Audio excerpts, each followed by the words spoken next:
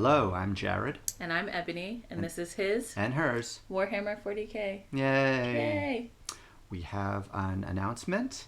Oh, that's right, we have news. Mm-hmm. Yeah. Ebony has won an editor's spot on Cold Open Stories. Yeah, I submitted a short story in the Warhammer universe for a fast fiction competition hosted by Cold Open Stories, which is one of the largest Warhammer sort of fan fiction websites there is. And it was my first one. And it placed in Editor's Choice, which is great. So you guys can go read that along with all the other winners at coldopenstories.com. This week, we're talking about... Aw, thank you. Proud. This week, we're talking about not the Siege of Terra. That is correct. We switched over to Warhammer Crime and have finished Flesh and Steel by Guy Haley. And it was awesome. It was pretty great. Yeah. Really wonderful characters. This is my second foray into Warhammer Crime. First. And Ebony's first. The Warhammer Crime series all takes place on the hive world of Alecto in the city of Varangantua, which is a name that I wish had one syllable less, and I don't even care which syllable. It's a little much. What if it was just Varangantua? Like, that's what I mean. That's what I mean. Any syllable could be removed, and it would have... Varangan, Gantua would have been fine. I mean, I like it. It's a mouthful. It's a mouthful. It's good. Yeah, I don't really think of myself as sort of a film noir crime story kind of gal, but I was really into it, which I was surprised by how much I like it, actually. So, at least in my experience with sort of film noir sort of stories, this one is not as close.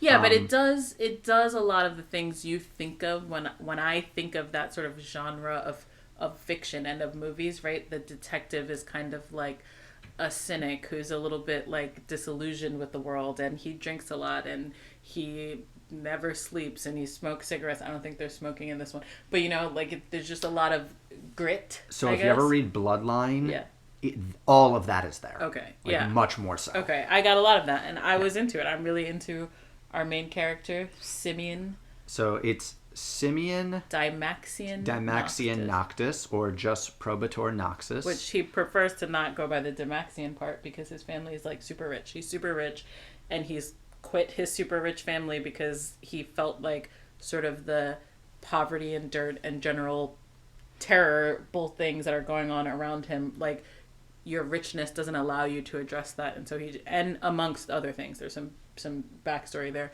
He just sort of left his posh rich life and became he felt very fake. Yeah. One thing that I do appreciate is all of the Warhammer Crime books come with a glossary at the back, because something that we don't normally get to see that much in 40k stories is localization of a lot of terminology. When you're seeing everything from sort of the imperium level, there's a lot of standardization in terms of terminology and positions and titles. Everything that we see is very specific to Alecto, is very specific to Varangantua. They have particular greetings. They have particular, communities and terms that make sense in context, and I found that very interesting. His hand is like a common greeting among the police officers. By his hand, It's cool. I thought it was really cool, and the actually, maybe my favorite bit of writing is just the beginning where you're learning, like, about Simeon's character, right? And it felt stupid until you realize that his family is rich for making cars. Dymaxion is a line of cars ground cars that you can buy.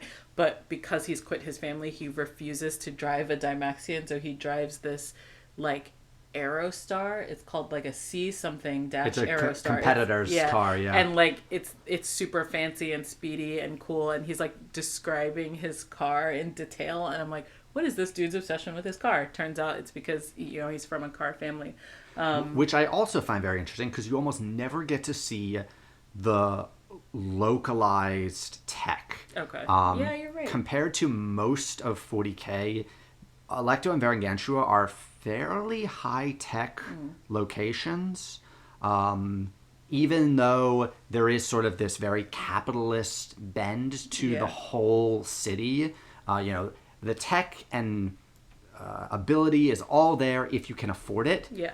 Someone can. And that's kind of different from what we normally get to see, even among upper class. This was like a surprising bit of fashion in there that like I didn't realize, as we read 40K and sometimes I write it, like generally my descriptions are generic of common things, and it's because you don't know them, right? It's because you don't spend time with humans. Usually you spend a lot of time in sort of the Imperium, and there was like fancy clothes and ways to wear your hair that like his rich cousin wore that were like ridiculous but also really true to like this type of world. It was awesome. Yeah, a lot of that little stuff. There's a lot of descriptions of like drinks at the bar, like there are like bubbly champagne like drinks that like light up and are beautiful. There are just all these like little nuggets of world building that are great. Yeah, and that's really been great for Warhammer Crime. I've heard it described that it is not a Warhammer 40K story. It is a story set in the Warhammer 40K universe. And I find that very true with all of Warhammer Crime. Flesh and Steel is really no exception to that. But in terms of the story that we get here, we have a murder in which the body is split halfway between what is considered Imperium territory, which is near Steel, near the name Steel, of this like town-ish area, and Mechanicus territory, which the humans call Steel Mound, but apparently the Mechanicus do not call it that. I mean, there's a name for it in binary. Yeah, and they don't appreciate it being called Steel Mound. But yeah, so this body has been bisected very cleanly. It's been like cauterized, like all the organs have been cut in half, and the top half is on the human side and the bottom half is on the Mechanicus side, and so both sides have investigators, police agencies are being called to try and deal with that. Yeah, and so Simeon gets a unofficial, I guess, partner, his counterpart on the Mechanicus side, and her name is Row 1 Lux. She's just going to call her Lux. Noctis and Lux is sort of the series name. Okay. Yeah, and she's very cool. She's interesting because she is a Mechanicus convert, which is not something we really think about a lot. So she's technically from a higher grade of enforcement agency than Noctis is. So Noctis, being a probator, is sort of a local enforcement agency. At an Imperium level, they'd be known as enforcers, as sort of the generic term for any sort of planetary law Police agency. An Imperium level agency would be the Adeptus Arbites. Which is I always say that in my head as RBDs. I know, and I used to say it until I heard it in an audiobook. Oh, okay. It's Arbites. Okay. It's the same thing with custodes and custodies. Okay. I don't know how I say that in my head. With the Adeptus Arbites, they're commonly referred to as sort of the FBI of the Imperium, and they generally deal with things that would be of interplanetary crimes. Whereas enforcement agencies deal with the Lex, sort of the set of rigid laws created by the Imperium, usually at a sector level. There's a whole hierarchy of laws, and just like everything in the Imperium, there's tons and tons of nuance and draconian things that have been carried over for thousands of years.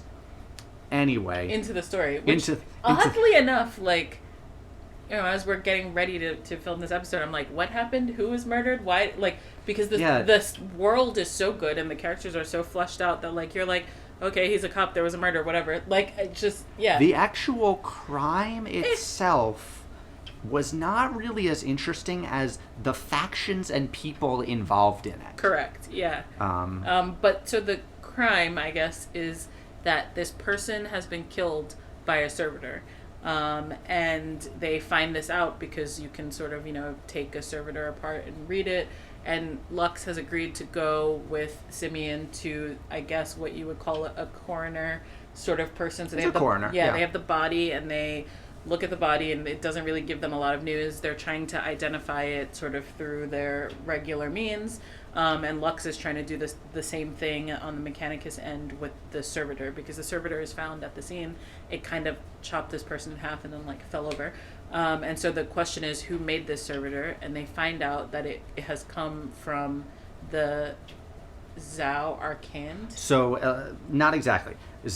All of the enclaves, all of the Mechanicus enclaves on Electo are Zau Arcand enclaves. Okay. Zau Arcand is a separate forge world Okay. that puts these little enclaves on other the planets. worlds. Okay. However, the specific enclave that it came from is Steel Mound. Steel which Mound. is called a thing in binary that we don't know. Right. Yeah, But and they're known for making really good Steel servitors Mound, right. that don't Steel fail. Mound is famous for high quality servitors, which Yeah. is something that I think a lot of people in 40K don't realize is there are different grades of servitors. Most people think of servitors as the super basic, I have one brain cell, I can open and close a door. Right. I can shoot a gun at a thing. Yeah. There's much more advanced servitors that are capable of piloting, that are capable of doing relatively complex tasks. Right. It all comes down to how much of the brain you keep intact. Right, which starts to become sort of the focus of the crime, right? And so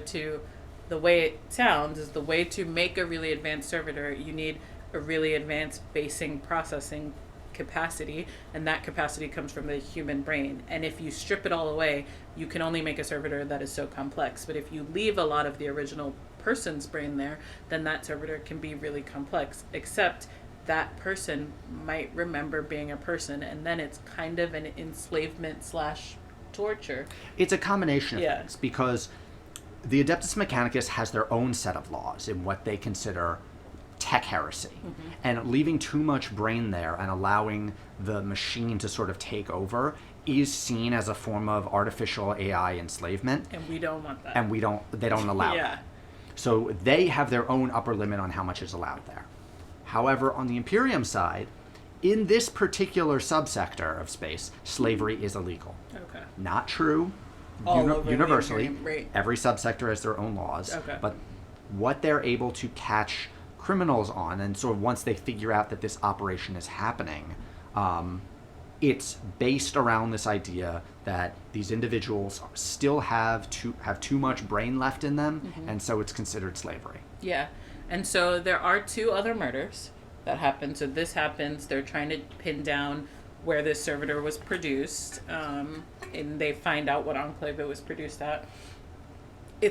So there's a giant red line between the human side and the mechanical side, and having this body bisected ensured that both investigative bodies would be involved.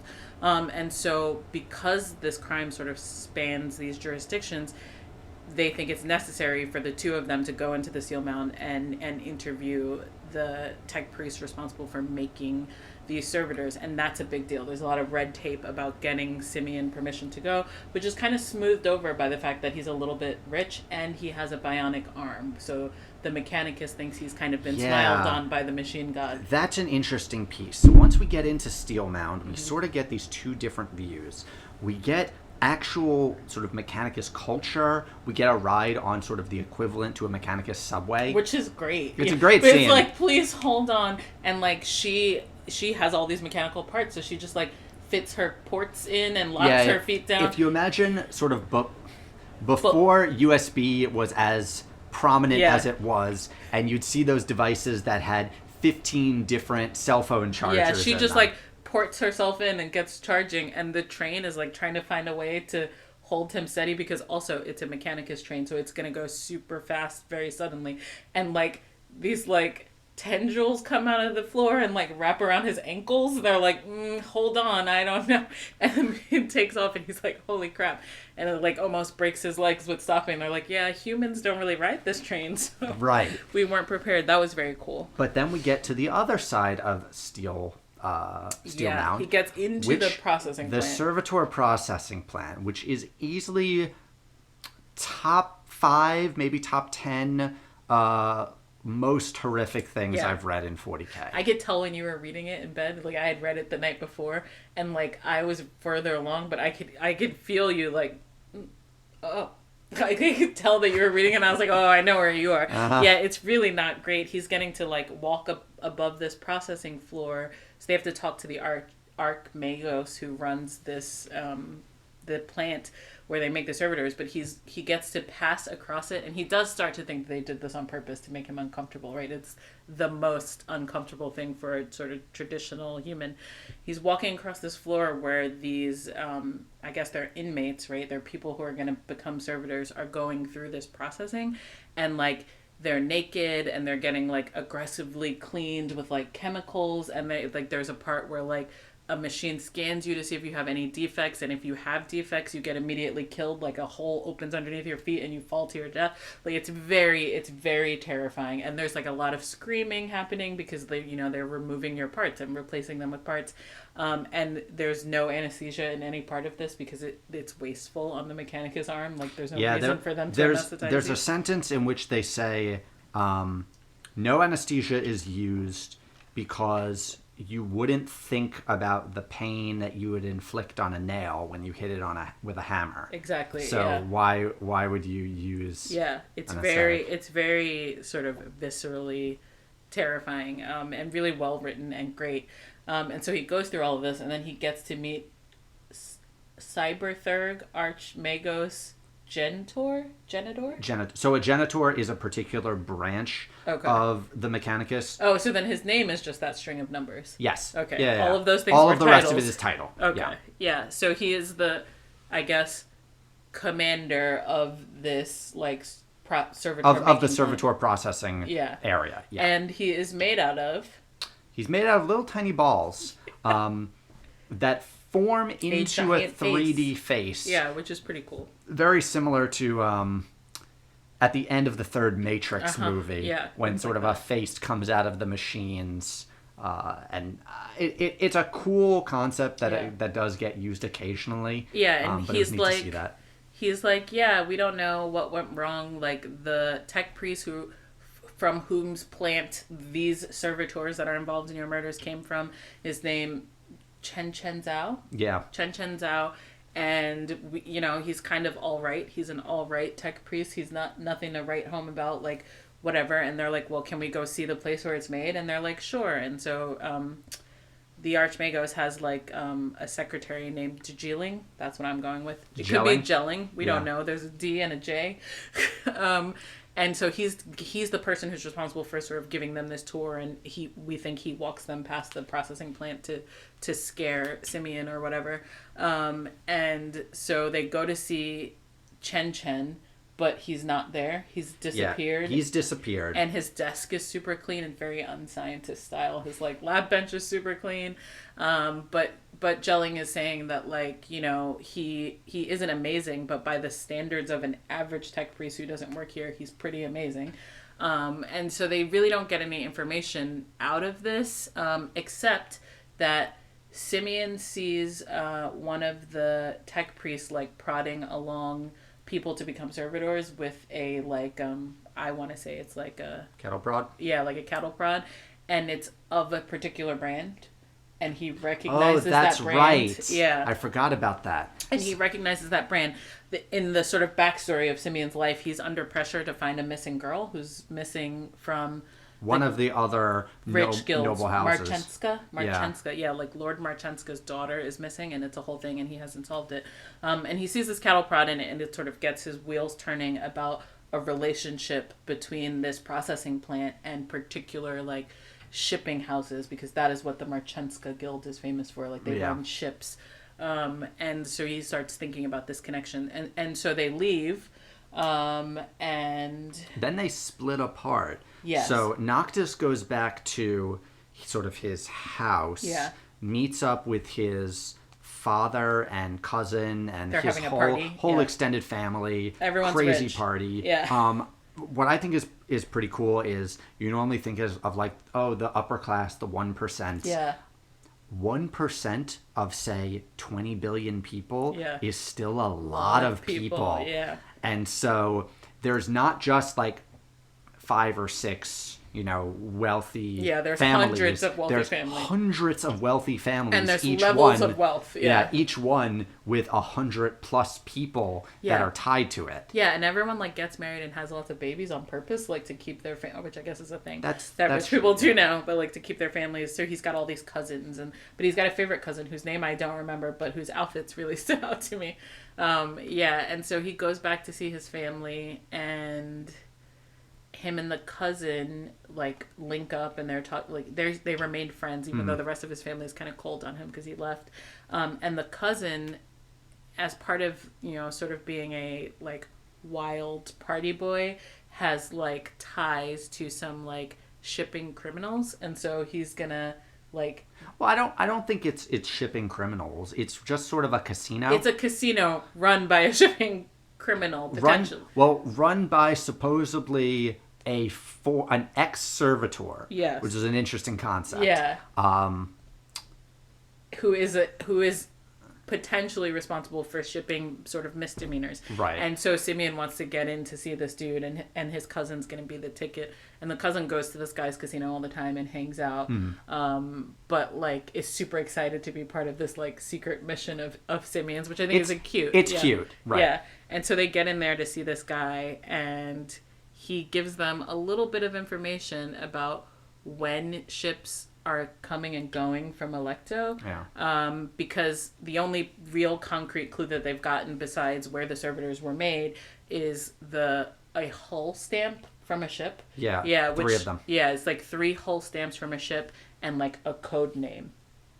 And so this guy can identify those ships, and then Simeon can kind of loosely infer that those ships have something to do with Marchenska, and they must be shipping something that they're not supposed to ship off-world, and that thing is probably high-grade servitors, but we're not sure. But the person who actually gets all that information is Ro. Is Lux. Yeah, she gets So Lux, the reason all of this happened is because Lux was being followed by Dejelling, who wanted to basically confess to being involved with everything. She gets taken way out to the boonies, to this shack where he's been keeping this information about all of the shipping records. However, when they get out there, they get attacked by an enormous combat servitor armed with a multi-melta, which is not a weapon I normally get to see in 40K. That's kind of cool. Yeah. And she has to go into sort of super combat mode to get herself out. Stops herself from breathing because it wastes energy, but it's something you can only do for a limited amount of time. That fight scene between her and the other servitor is pretty cool. It was pretty good. The multi-melta sounds super hot. It was Jelling gets killed. He gets incinerated by the multi-melta, and at one point Lux is oh, I'm glad I turned off my breathing, because if you breathe within a minute of a multi-melta going off, you'll inhale superheated air and melt your lungs from the inside. And I'm what? Yeah. That's pretty accurate. Yeah. So that was pretty great. And so Simeon has got this information. He thinks he knows what he needs to do. He goes back to the police, and he's basically, I need a SWAT team to go to this place. We have to get Lux and bring her with us. And everyone's hey, Lux is missing. And he's what? So then he goes after her. He takes a SWAT team, and they find Lux, right? They get there just in time to help destroy that servitor that's about to kill her. And she's all beat up and stuff because she almost got killed. And then they make this plan to clandestinely attack the Marchenska house. They have to fly into the rich guild area, and they have to but they can't tell anyone because it's a conspiracy and he might get warned or whatever. So they individually and small groups of SWAT teams take out different places while Noctis and Lux go to get Marchenska. And the super plot twist is it's not Marchenska, it's his wife. It's his wife. And then she eats a poison pill and dies right there. Yeah. Which is sort of anticlimactic, but at the same time, so Noctis had been thinking that it was Marchenska, and that his daughter either isn't missing and he's faking this, or that she's missing because of some sort of competition for this illegal business. But I don't actually know why she's missing. I don't remember why someone stole her. Why would the mom steal the daughter? I don't know. But they find a warehouse where the girl is being held, and they have to hit that warehouse at the same time before anyone can tell, like, the bad guys who are holding the daughter that, like, they've caught Marchenska and the jig is up, as they would say.